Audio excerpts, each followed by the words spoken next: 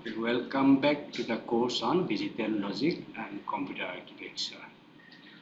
Today we are going to look into the addressing modes. Okay, so these addressing modes are related to instruction set and up to some extent it is related to instruction format. So till now what we have discussed is a see that we have discussed about instruction set. These are the instruction that we have in a machine and we have to work with this particular instruction only. So you have to write our program with the help of those instructions only. So as for example, just I will say that we are having a register called IR. So size of IR is say 8 bits. That means in most this scenario, I can say that every instruction is consist of 8 bits. So with the help of 8 bits, what will happen? I can get 256 different combinations. Okay, it will be all zeros, then some combination of zeros and 1, and finally all ones, which is your 255. So 0 to 255, we are having total 256 unique representation of zeros and ones. So in this particular case, that means we can design 256 different instruction and one binary code will be assigned to each and every instruction. We say that this is the operation code or machine code of that particular machine. Now secondly, we talked about the format of instruction. So in this particular case, if I say that I am having total 8 bits of information, so how we are going to organize this particular 8 bits? This is known as our format. Okay, some bits may represent some operation code, some bits may represent even operands, like that. We have to see now how we are going to accommodate all possible things in this 8 bits, or whether we need to take help of some other bits. Okay, now how we are going to provide the operands? Already we have discussed in the instruction format that we may have single operand format or single address format, 2 operand format and 3 operand format. So further already I have seen that if it is a 3 operand format, it may happen that we may need more number of bits, because one bit, some bits may represent my opcode, then this is the operand 1, operand 2 and operand 3. Okay, so we have to give the address or references to this particular operand.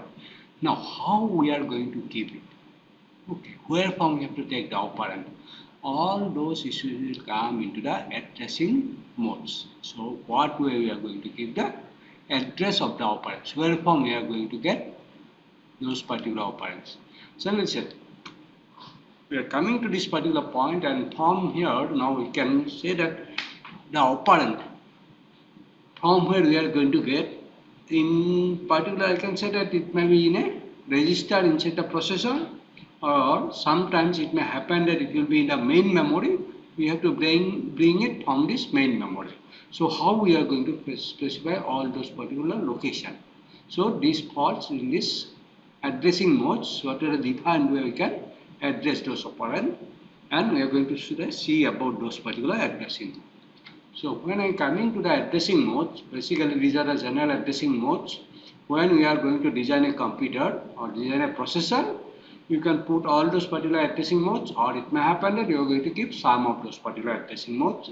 All may not be required according to your requirement, because you are going to design a processor and that processor will be used for some specific purposes. But if the processor is going to use for general purpose computer, in that particular case, what it may happen that you have to keep all those particular provision. Now we are going to see what are those particular addressing modes: immediate, direct, indirect, register, register indirect. We are having displacement, or we say this is the index addressing, and sometimes we have the stack addressing also. Okay, so we are going to use the properties or the principle of stack to get the operands. All right. Now immediate addressing. What is this immediate addressing? Basically here it says that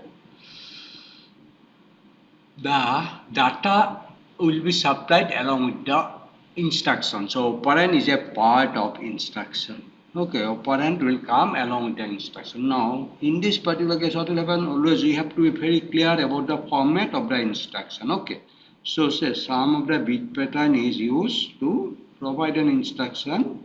So, it may happen that n bit may be used for opcode and m bits may be used to give my data. Okay.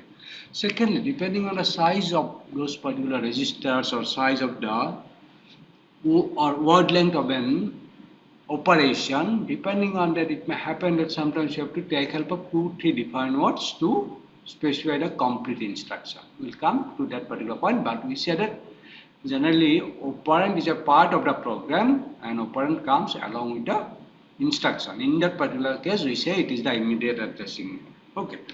So this is basically in this particular case what will happen.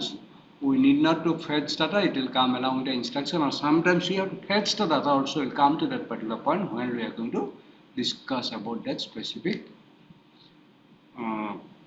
format, instruction format. And this is basically having a limited threads. We cannot have a wide varieties of data over here. Okay. So this is the format already I have mentioned over here. So this is some bits will go to specify the opcode, and along with that we are going to give this particular operand. Okay.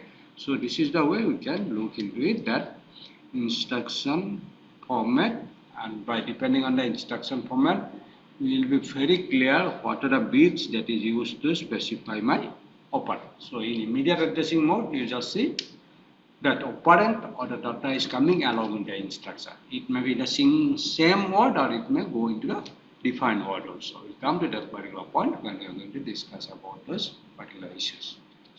Next one is your direct addressing. So address field contains the address of the operand. So basically it may happen that in the previous case we said that we are giving the opcode along with the opcode we are giving the data, but here in your direct addressing what will happen, we are going to give the address of the operand. So address field contains address of the operand. Again, since we are talking about the address field, basically you may think about this particular format, that here I am having opcode and here I am having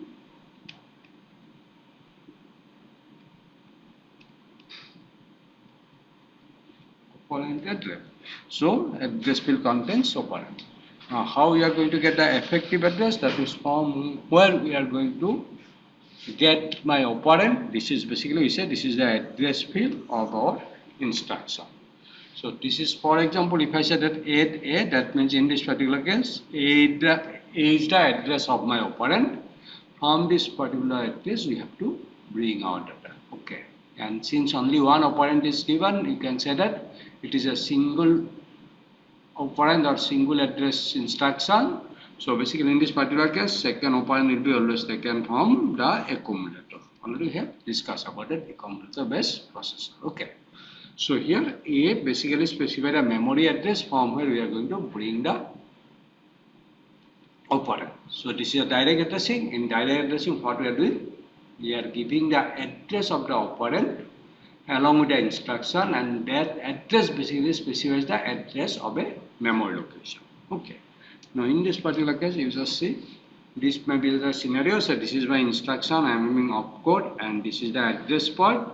Now this address basically going to give me the location of a memory where we are going to get the operand. So this is the main memory. Main memory is connected to the processor, and maybe this is the register IR. You can think that this is the contents of the instruction register. So we are interpreting it like that. This is my opcode part and this is the address part. And in case of direct addressing, we are going to get the address of a memory location from where we have to bring the operand. Okay, so this is direct. Now similarly we are having the indirect addressing. So in case of indirect addressing, what will happen? In the instruction we are giving some address, but this is not the address of my operand. We are giving the address of a memory location, but in that memory location we don't have my operand, but we are having the address of the operand in that particular memory location. So that's why we say This is the indirect addressing. And generally in C language we talk about pointers. So this is basically pointing to this particular memory location where from we are going to get our operand. So in this particular case we say this is given like that. Effective address we are going to get within bracket we are going to write. Then what will happen in that particular case, it says that in the memory address A we don't have the data. What we have one address, and in that the memory location specified that particular address is going to have our data. So that's why it is generally written within bracket, just going to say that this is an indirect addressing. But if it is said that effective address is equal to A itself, then what will happen? In the instruction, we are going to have the address of a memory location. From that memory location, we are going to data. But in case of indirect addressing, in that particular memory location, we are going to have the address or exact address of the data from where we are going to bring the data or operand. So this is the same example. So add A and add within bracket A is having different meaning. Add says that it is a direct addressing, but if we write add within bracket A, it says that this is the indirect addressing, so effective address have to be calculated accordingly. So this is the way we can say. Now we can have several level of your indirect addressing. So this is the way then we are going to say. So in one particular memory location, say in my instruction, say I am giving one address. Okay, say that address is pointing to a particular memory location, but here I don't have the data. My data is somewhere else, and here I am going to give the address of this particular memory. This is what will happen. You can say single indirection, but it may happen that again my data is not there. So this is, I can say that address 1. But in second memory location, I am having the address A2, then it will point to this particular second memory location and say in this particular memory location I am having the data or operand. So in this particular case, we say this is the two level of indirection. Okay, so this is the indirect addressing. So in case of indirect addressing, what will happen? This is the instruction format. We are having the address of a memory location. Will point to that particular memory location, but in that particular memory location we don't have the operand, we don't have the data. We are having an address of a memory location where from we are going to get the operand. So this is the address, and it will point to the appropriate memory location from where we are going to get our data. So this is your indirect addressing, single level indirection, but we can have multiple level or nested indirect addressing also.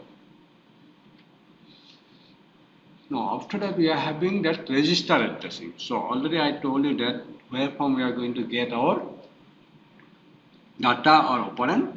It may be in your memory, main memory, in some memory location. So for that we are having said direct memory addressing mode and indirect addressing mode or indirect memory addressing mode.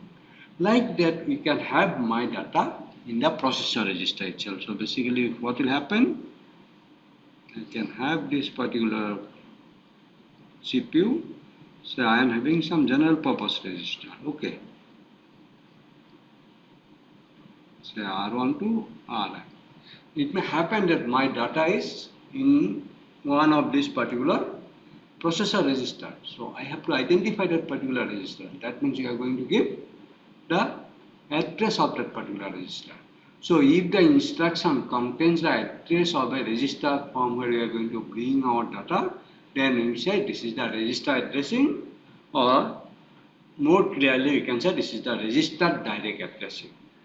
Now in this particular case, what will happen? We need a small size of address over here, because you see we are having a limited number of registers inside a processor. Either maybe 8 registers or maybe 16 registers. So in case of 8 register, we need only 3 bit of address. In case of 16 register, we need 4 bit of address. So size of address is very small. That's why we are going to have a shorter instruction, because it takes less amount of bit to specify the address. Secondly, this is a faster instruction fetch, or even you can say it is a faster execution, because my data is inside this particular processor itself, so we don't have additional memory reference. So we are going to get a shorter instruction, along with that we are going to get a faster instruction. But since we are having limited number of registers, so we are going to have limited number of addressing space also, and we are going to have limited number of instructions. So in this particular case, what will happen? Already I said that there is no memory access. It will be fast execution and very limited addressing space. And we said this is the direct addressing, or in case of memory we said direct addressing, but in case of register we said this is register addressing or register direct addressing. Okay. So this is the way you can say. So this is my register bank. So we are having some limited number of register, maybe 8 register or 16 register. So along with the opcode, we are directly going to give the address of my register. So this is a single address format. If we are going to use the 2 address format, then what will happen? You can specify 2 register. One may be source, other one may be register, destination. Okay. So in case of register addressing mode, we are going to specify the address of the register of our processor. Like that, we are having that indirect addressing for register also. So we say it is a register indirect addressing. So in this particular case, effective address will come like that. We are going to write R within bracket. Within bracket R, that means whatever value we have in this particular register, that is not my data. We are not going to work with this particular data, but that register contains the address of a memory location from where we are going to bring our data. So this is called register indirect address. So in case of register indirect addressing, you just see that first reference is register, then second reference is your memory location. Okay. So, but we are having one pure memory access, then your indirect addressing or indirect memory addressing. Alright. Because first one is your register reference, then second one is your memory reference. So this is the way we can visualize it. So this is my opcode and this is the indirect addressing mode, register addressing mode. So I am having a address of a register. So from this particular register bank, we are going to identify one register. Just say that we are identifying this particular register, say RI. Now in this RI, we don't have the data. What we have?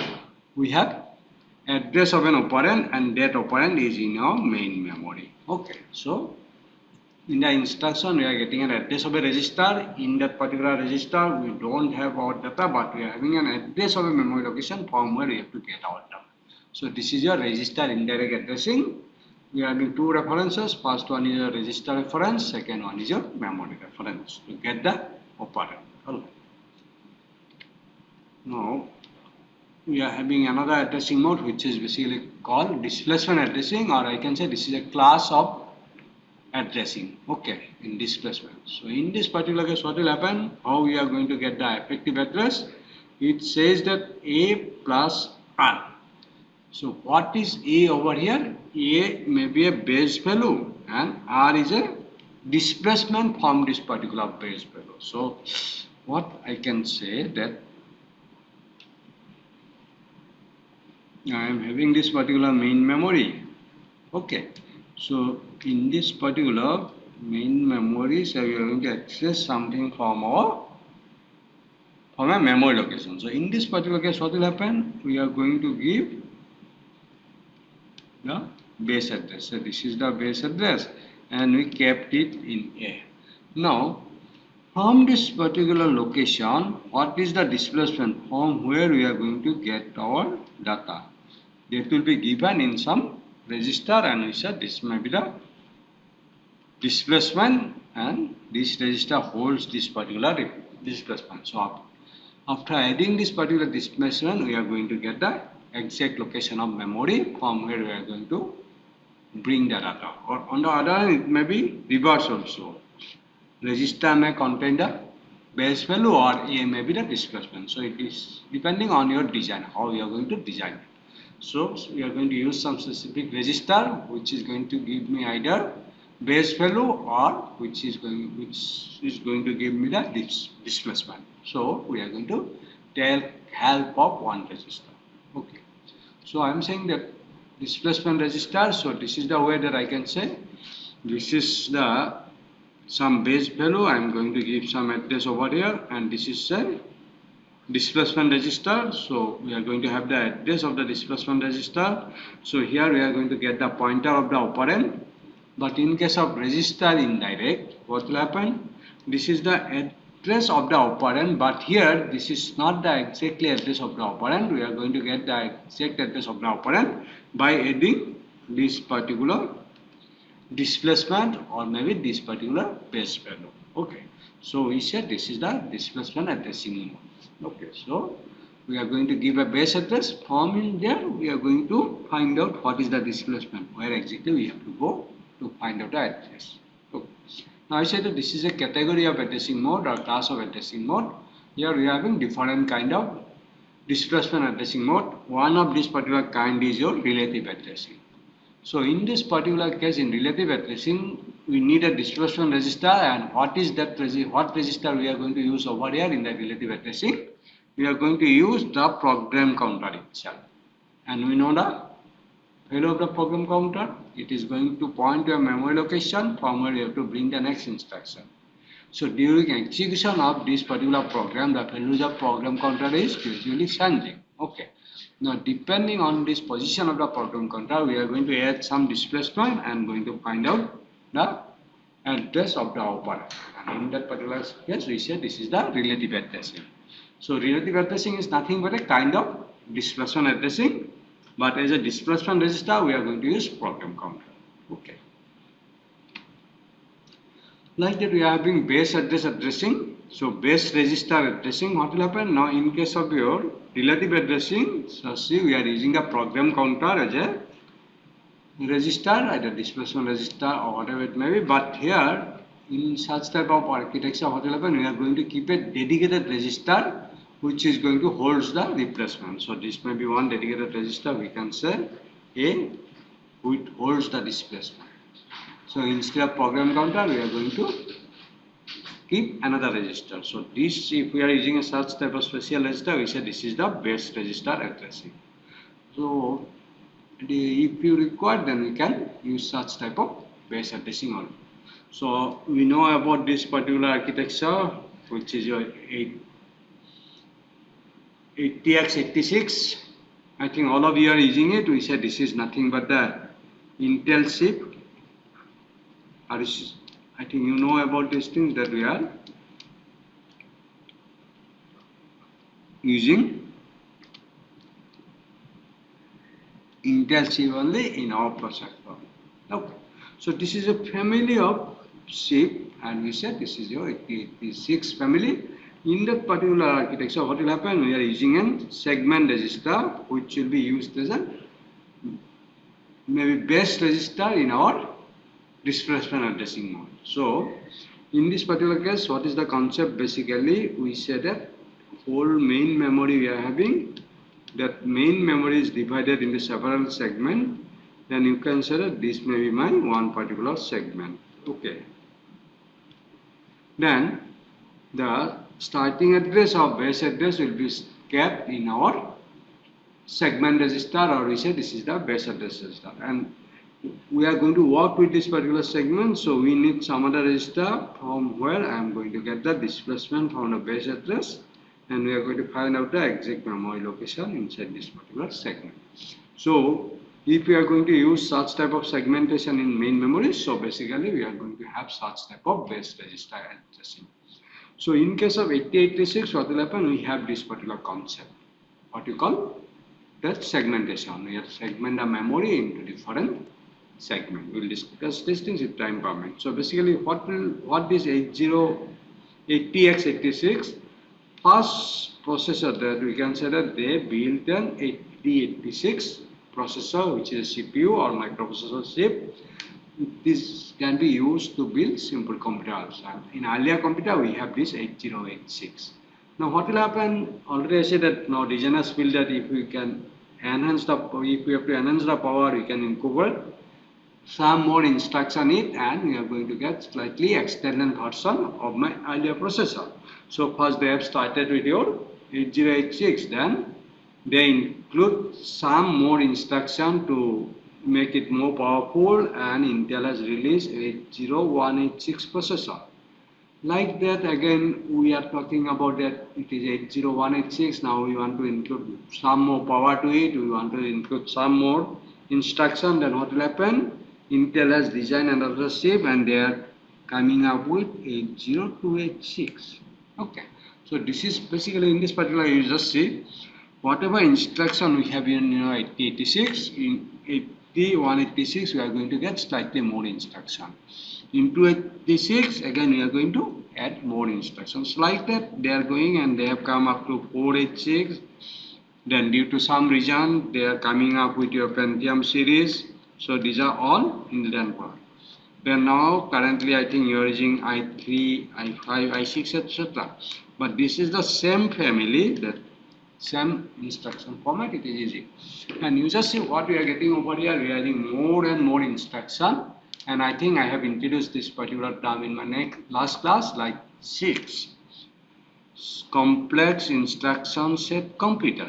Okay, so this is the paradigm, or this is the development process where we are going to get more and more complex instruction to increase the power of the computer, and we are coming to this paradigm, complex instruction set computer. But now I am saying that designers are reverting back, and we are going to another domain where I say it is your RISC, reduced instruction set computer.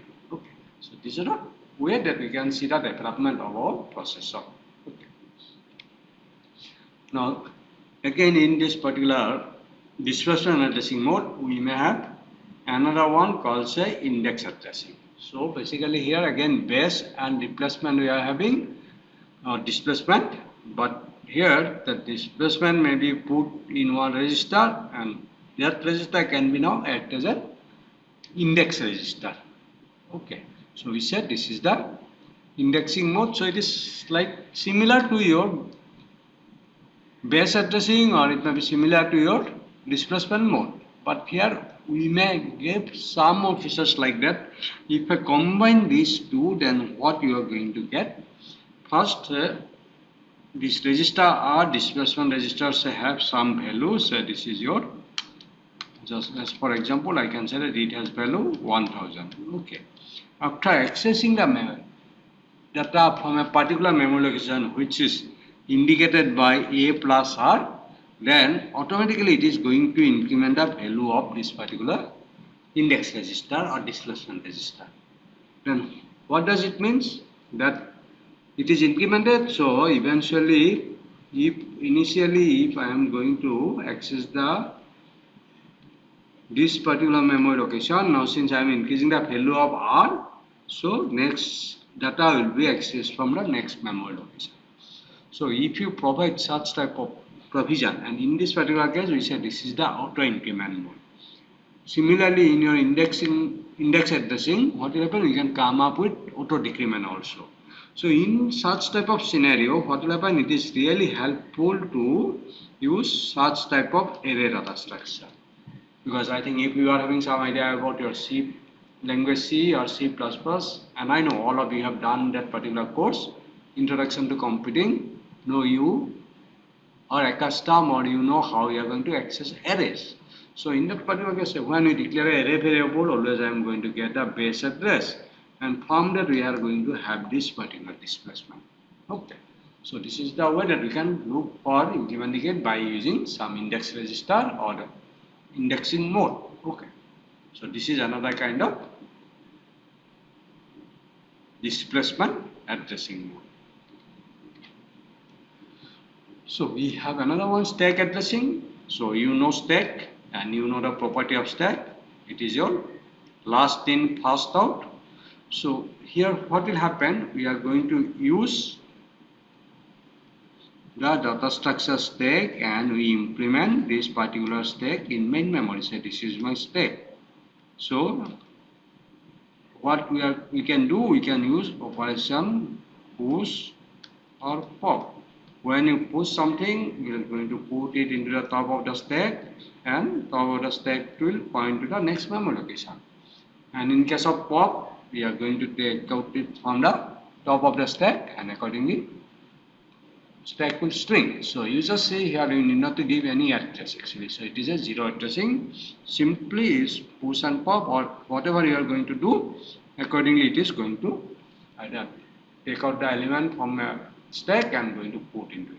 So this, for some instruction, it may happen that we have to use this particular stack addressing also, because to get some functionality, what will happen, generally we implement a system stack in our memory, and to access this particular system stack, sometimes we have to come for this particular stack addressing. Now you just see what I am saying, that this is the addressing mode. When I am coming to the addressing mode, then what will happen, you have to see the format of the instruction and how we are going to specify this particular bits. So first of all, it should include opcodes, then only we will be knowing what operation we are going to perform, and after that, along with that, we have to give some specific information from where we are going to get operand, or what is the addressing mode we are going to use. So you have to identify properly. So I can give you a simple example. Say I can have